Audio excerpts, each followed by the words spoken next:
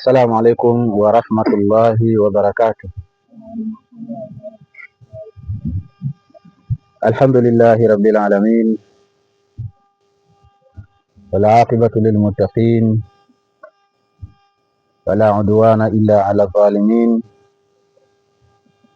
Wassalatu wassalamu ala rasulillah Muhammad bin Abdullah sallallahu alaihi wasallam, ala alihi wa ashabihi khairu mayamin, wa ba'd.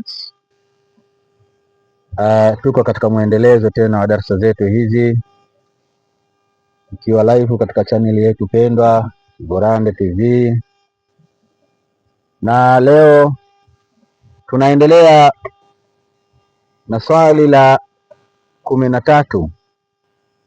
Swali la 13 lauliza, wamal hukmu idha kanatil furqatu minha, wamal hukmu idha kanatil firqatu minha, na ni nini hukumu itakapokuwa kule kuachana ni kwa sababu ya mke.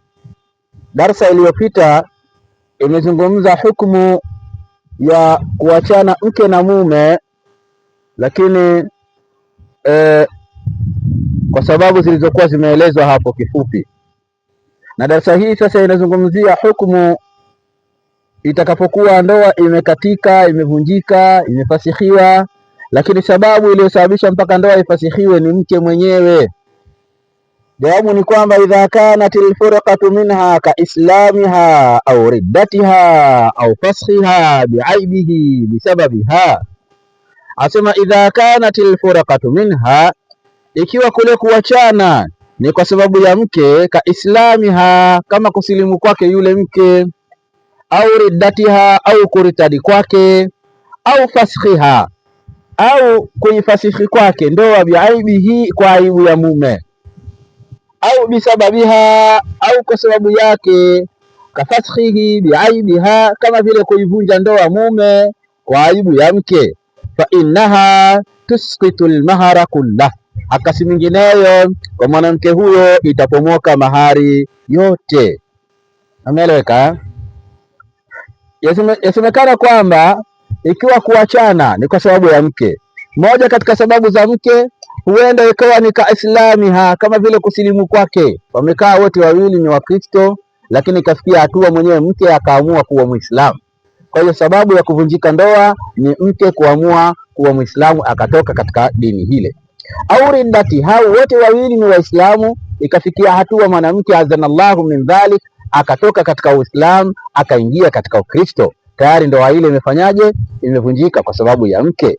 Au faskhiha, au akaiharibu mwenyewe yule mke, kaivunja mwenyewe ndoa yule mke, biaibihi, kwa aibu ya mume. Kuna kitendo hicho mume kakifanya, umeshaona. Kwa hiyo kwa kitendo hicho ikawa ni fedheha, imefikia hatua kwamba mume kafanya jambo hilo katikati ya halaiki ya watu, mpaka wakati mwingine wenye vijisimu vyao wakachukua wakaanza kutuma kwenye mitandao. Umeona? Sasa ikawa ni aibu, alafu ikawa anajulikana kwamba mume yule ni mume wa fulani. Kwa hiyo akaona ni bora aifasikhi ndoa biaibihi, kwa sababu ya aibu ya nani? Ya mume. Lakini aibu ni ya mume, aliyeiona aibu ile kwake ni fedheha ni mke. Kwa hiyo mke akaona afadhali ndoa ikatike, hiyo ndio mwisho hapa.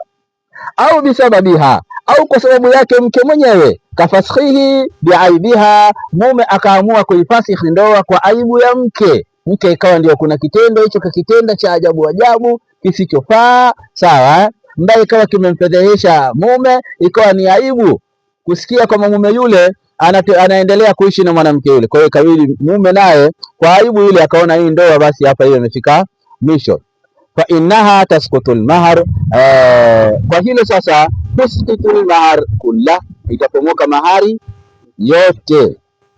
Liannaha fil firqati allati minha hiya almukhtaru lilfurqa, liannaha, kwamba mwanamke huyo, au liannaha, kwamba ndoa hiyo, fil firqati allati, sawa, liannaha, kwamba mwanamke huyo, fil firqati allati minha, yuko katika kuachana ambako kunatokana na yeye.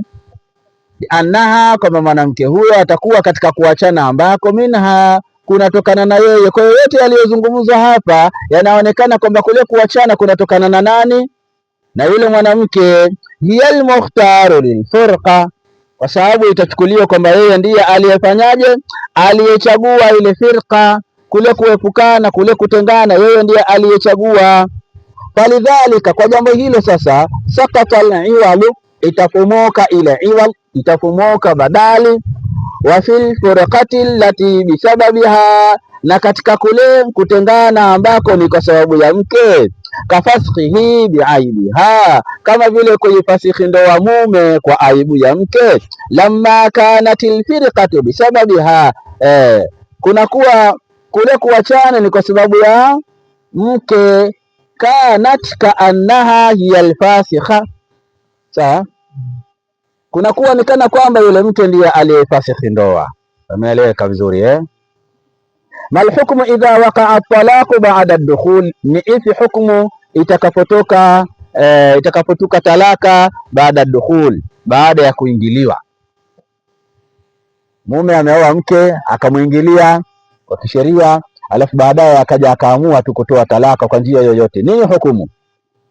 Asema inna dhalika ndivyo yajibu hina idhi kullu al-mahari, itapasa wakati huo mahari yote.